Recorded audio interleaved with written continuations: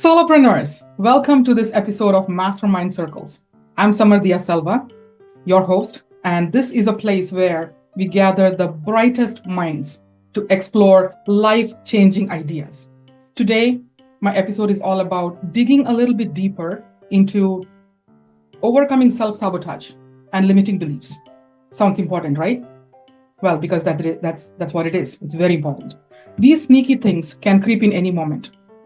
And even before you realize, it starts holding you back in ways that you might not even be realizing. And guess what? I've got best experts here to help you smash through them. As solopreneurs, this topic is one that hits home to a lot of people. Me too, sometimes. Self-sabotage, limiting self-beliefs, they creep in, they whisper doubts. Before you know it, you are stuck. But listen to these three people. They are here to talk about how to overcome all of that.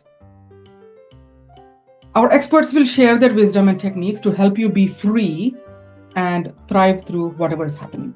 Let's meet our amazing panel.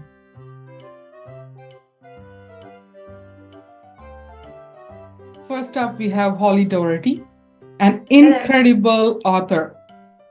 She's a trauma recovery mentor. Holly is on a mission. She's on a mission to help women reclaim their self-worth and stand bold in their radiant selves. Look in the description below to learn more about Holly. Connect with her personally. And then we have Richard Morden, a transformative facilitator who uses EFT and NLP, but he's more known for his unique time sweeps method that he formulated himself along with a partner. Trust me, he has worked some of that magic on me, and I know it's powerful stuff. There's more about Richard in the description below. Connect with Richard. And then we have Dr. Murray Gasper-Hulvat, a professor, life coach, and quantum human design expert. Murray helps people tap into their personal power and discover their inherent worth. She's here to share how we can thrive using her methods. And once again, look into the description to see how you can connect with Dr. Murray personally. Her links are all there. Let's get started. Richard, I know that your time sweeps method or modality is a real game changer.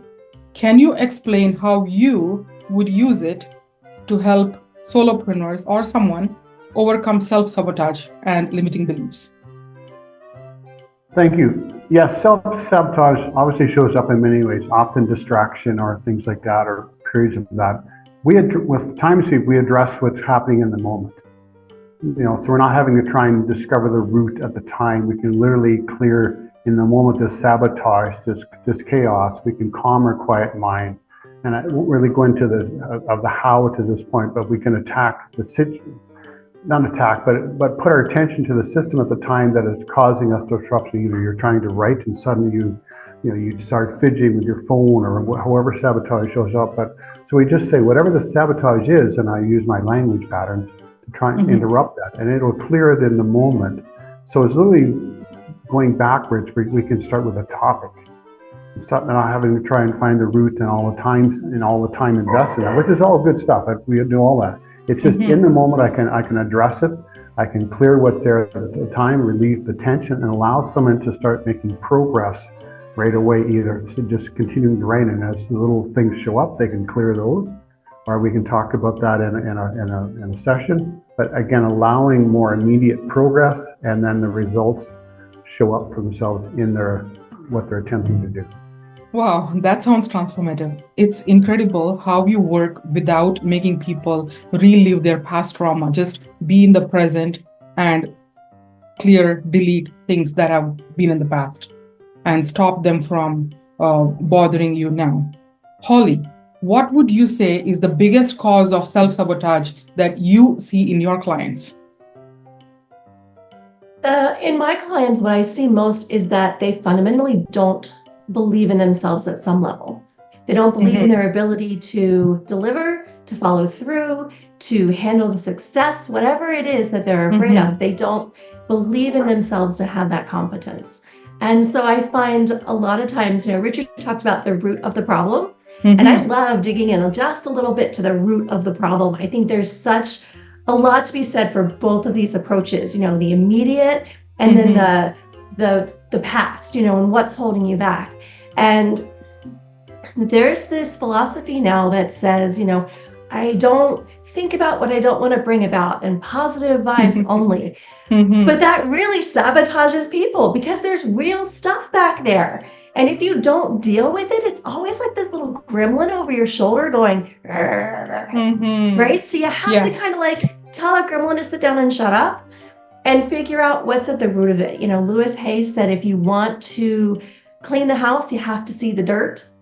Yep. And, that's kind of the philosophy that I take. Find the dirt. Where is it? And we don't have to live there for 10 years and wallow in it and dig through every little detail, but we have to acknowledge it and say, this is what it is, give it a name, and then we can work through it. And I think that helps my clients a lot to get over that self-sabotage, because then they start to believe in themselves because they start to deal with those little gremlins that have taught them that they can't do it.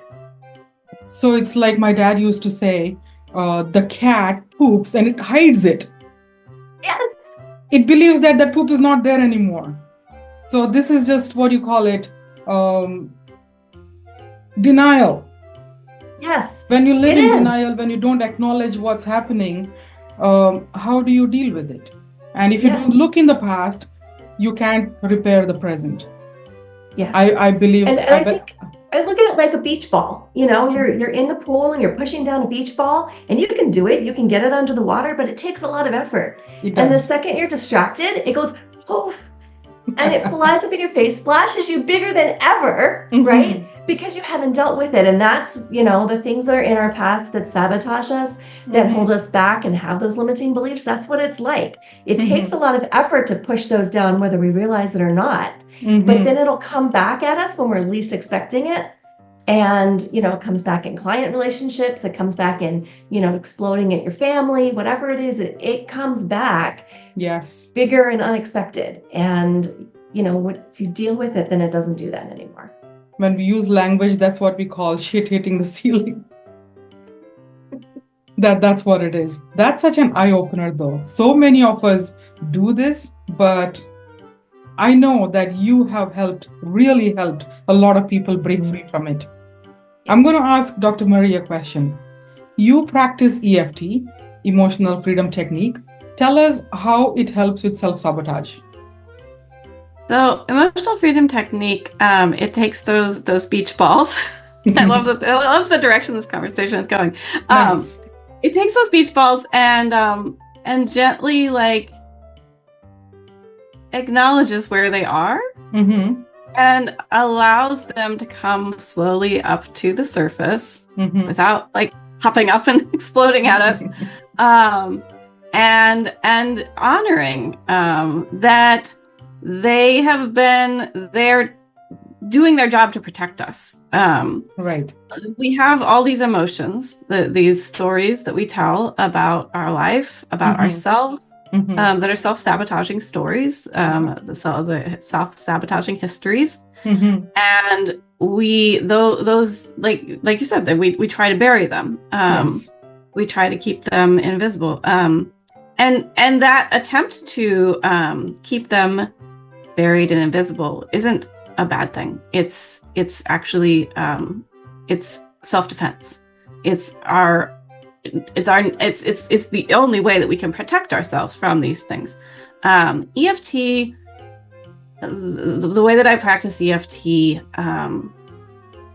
gets around some of those protective barriers that keep the stories underwater, in ways that in ways that are safe, and allow us to access things we didn't realize were buried, and stories that we didn't even realize were haunting us. I've been working with a client, and it was very interesting because, as this actually happened with a couple of different clients, the same phrase will come out of their mouth about two completely different areas of their lives. It's the same thing. that's actually happening, that they're projecting that story, that phrase onto different parts of their lives. And when we get down to it, like Richard would say, to the root, there's a story that usually something that happened very early in childhood, that cemented how that they viewed their interaction with the world. And then we go in and we tell the body a different story. The body tells us that story, and then we reframe it, we switch things up, and we start telling the body a different story, putting that story in a different framework, making it a story that is empowering. Wow, that is powerful. It really is. And when you say when you do stuff, you do it from a very different from the conventional approach. Could you give us a story or an example of how you do it differently? Well, so my training in EFT is grounded in in quantum human design, and in looking at a client's individual human design, which is a way of understanding how energy moves through an individual system, based on astrology, the time, location, date where they were born, and I take information from their human design into account when I even begin. The way that I interact with the client changes depending on their human design type. The approaches that I take in terms of how I ask them to tell stories changes depending on what's going on in their human design chart. So I use human design as kind of a basis for my approach to the client. And then I also am trained as a Reiki master, and I use Reiki. When I first started using EFT on myself, I've heard this from many people who've used EFT. EFT can be extremely powerful and take you to extraordinary depths of trauma very rapidly. Absolutely, yes. In very scary ways. If you're not in a protective environment, if you're not in a protective bubble. So when I practice EFT, I use Reiki to establish a protective bubble around myself and the client or clients, because I often do group EFT sessions. We create a protective bubble that holds the space around all of us, using Reiki, using the power of Reiki, the power of love and light, to surround us and only allow that which is of pure light and love to emerge, and also that protects us from going too far, too deep, too fast. Because then the client can deal with that beach ball in a way that slowly moves it up, instead of being suddenly blasted in the face with a trauma that they had no idea even occurred to them, which that has happened to me multiple times. Using EFT, I've discovered traumas from my childhood that I had buried so deeply that because I needed to protect myself from them. And so those two modalities add to my EFT practice, so that clients it's very individualized to the way their energy moves, and they are in a safe space to do it in. Amazing. EFT, human design, and Reiki, you combine them, and there is no way you can't heal a person's whatever is going on with all the three put together. That's extremely, extremely powerful, impactful, and in a safe space. I'm loving what I'm hearing. You give your clients an individualized, personalized touch, and they heal very slowly without feeling like, whoa, I'm healing. And I use their words. That's something very important, is to listen very carefully. I take copious notes, and I just feed the words back to them, so that I'm not projecting onto them anything of what I'm thinking about what's going on. I'm just they're seeing this. And I use their words almost like tarot cards. Some people can pick, I pick tarot cards all the time, but I use my intuition. I just let my eyes kind of go, vague across the page of words that I've written that they've said, and the ones that need to be said in the EFT process, because the EFT process involves tapping on the body, in particular acupressure points.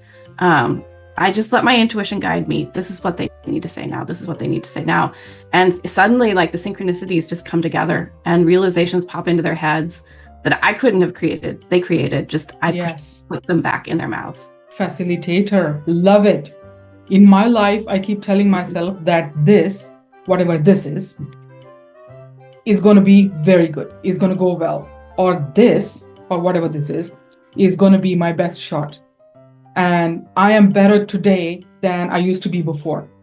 Sometimes I even look in the mirror and I say, Summer, you are the best. You are incredible. You are unstoppable. Holly, I never knew that there was a word for it. Affirmations. You tell us, Holly, that affirmations are a big part of overcoming limiting beliefs. And that's what you help your clients with, right? So can you explain how they work in this process for you, for your clients? Absolutely. And I love the affirmations that you say, because they're very real and grounded. I can tell that you believe them a lot. And that is the key. I have a slightly different take on affirmations, because when I first learned them, I learned like, make them in the present tense, make them powerful, make them like the vision that you have for yourself, or in the future as is the present. And I learned examples like, I am happily and gratefully earning $10,000 a month. And I wasn't, but I was trying to say that to myself, right?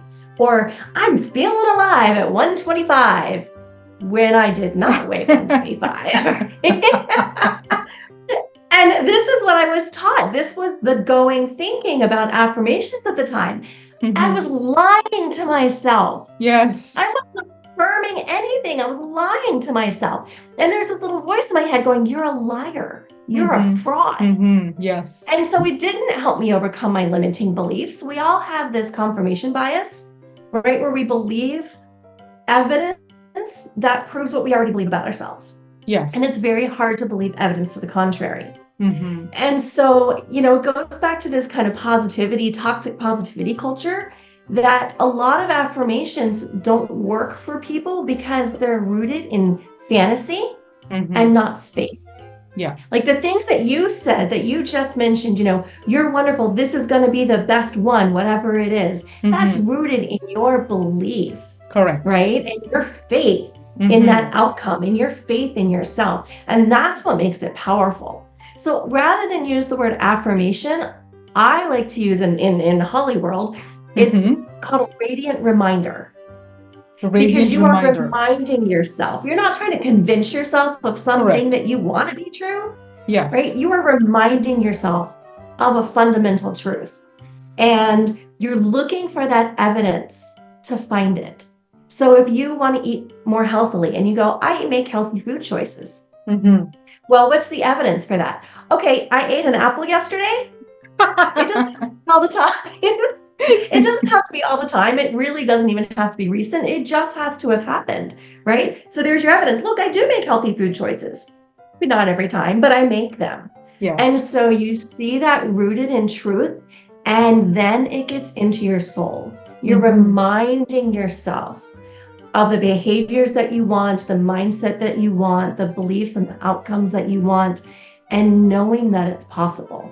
And so rather than just some blind, I'm gonna knock it out of the ballpark and I'm gonna make $10,000, every single month, and when I'm making $10,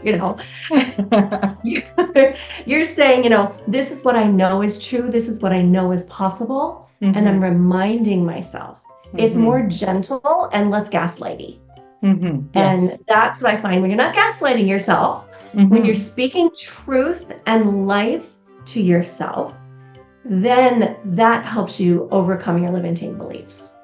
I totally laugh deep inside myself with a deadpan expression on my face when coaches say, trick your brain into thinking blah, blah, blah. You telling your brain to trick yourself. Now your brain already knows that you're tricking, because your brain is who's telling you that I should trick you. Like, does that make any sense at all when people say, trick your brain into thinking that?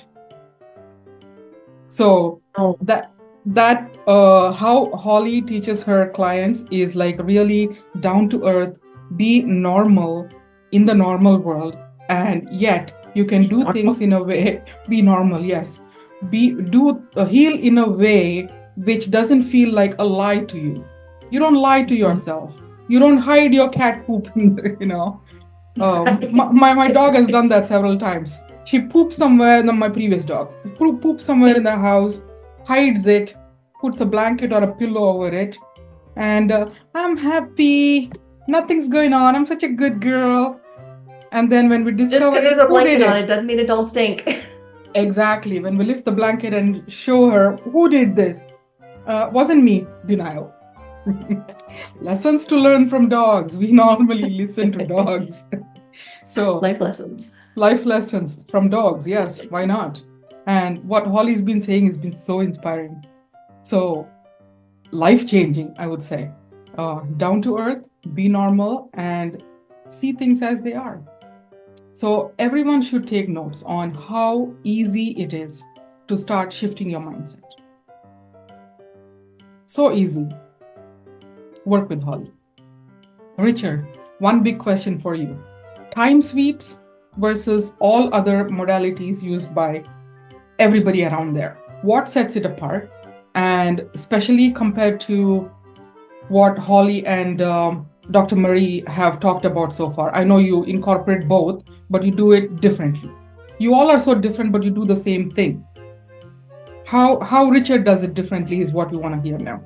It's explaining it where I struggle at times, so allow me, because basically, we can start with the topic.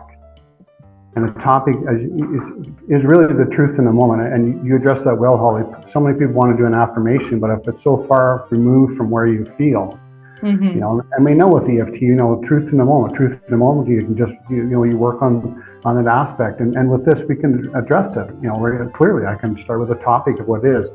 And whatever's going on, I feel like crap. So we just say, open all time sweeps to this crappy feeling. And then we just use our open, clear, delete. And then intuitively, we'll go down the ladder of where this is coming from. So I'm kind of reverse engineering this a little bit. So again, the topic can start it, but again, a lot of the feelings and sensations already, you know, after 10 plus years of this, I get intuitively where I'm going, and you'll see them nod because it resonates. We all have that. We all have that intuitive sense. And then I'll stop and ask a few questions about that. But again, we're clearing as we find it, you know, as we seek it. And again, it encompasses more aspect, because what time sweep is I'm clearing the imagery. Everything we have is an imagery, and I discovered that through a book I was reading. So all our thoughts and feelings all start with an image and sequences of image. And time sweep addresses those, and we have billions of them. So when you realize, you know, because every time we clear something, we find there's another layer, like that soccer ball you have, because we've cleared a patch, but then the ball rotates, and there's another patch of some imagery or you know, energy we've got that's dragging us down. So I can address more of this in a more encompassing manner. And that's what allows, and again, it's safely. We're doing it very safely. I'm looking at the client. I'm asking questions, so I'm not in there trying to excavate everything all at once. I'm giving a chance for them to process. You know, I use them with different holds on them, so they're actually processing the energy at the time. Yeah. And for somebody, like I said, with early stages of EFT, Summer was processing, but when I started using time sweep, then she starts to yawn right away.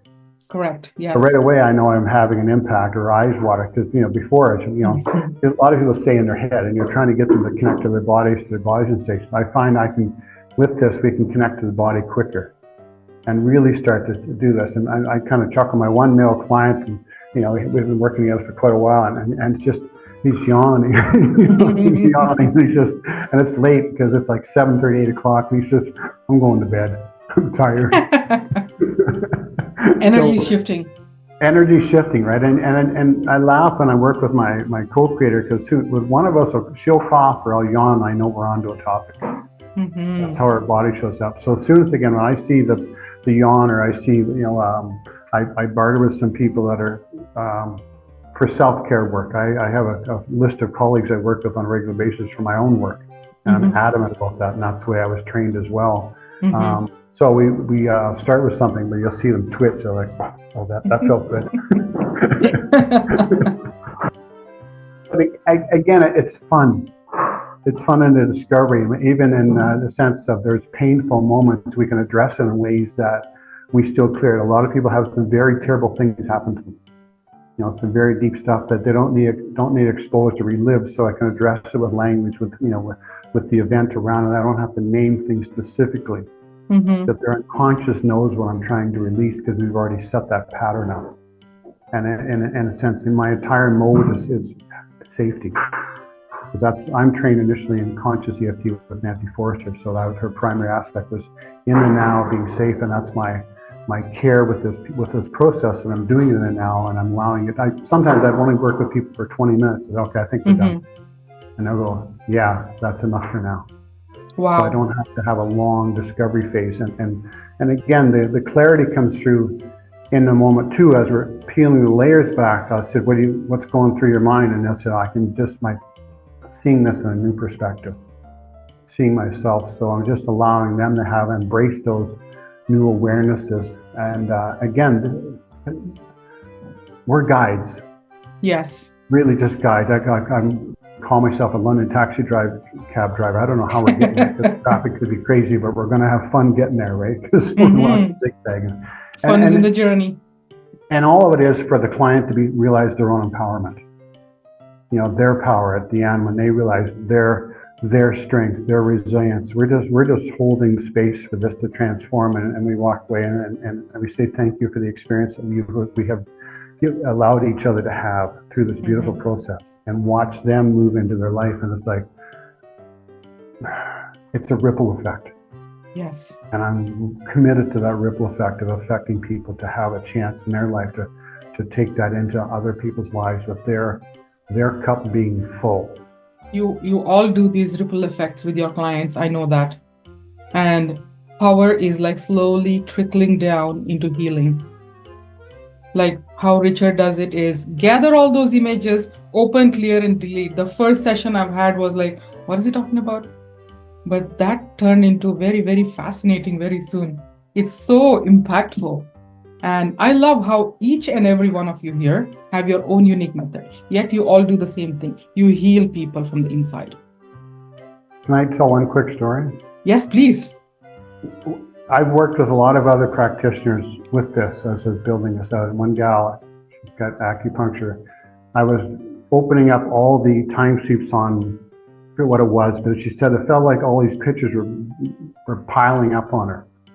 All these imageries are piling up, and she's like almost leaning back, when's this gonna stop? And then I said, open, clear, delete, and I went, it was gone.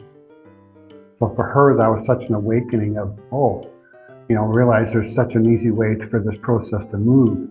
And it just was fun to watch her reaction, because she's got like 25 years of acupuncture and a host of other professional modalities. To have this kind of response and smile was a nice feedback. So thank you for that.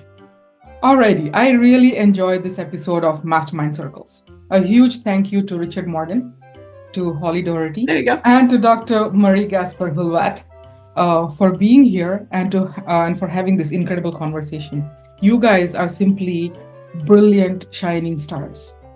And you guys, my audience, if you're still listening and if you have enjoyed, don't forget to leave a comment below. Hit the subscription button and share this information with at least one person you think should hear this. I'll be back with another episode very soon. Keep watching this channel. Until then, keep shining and stay fabulous.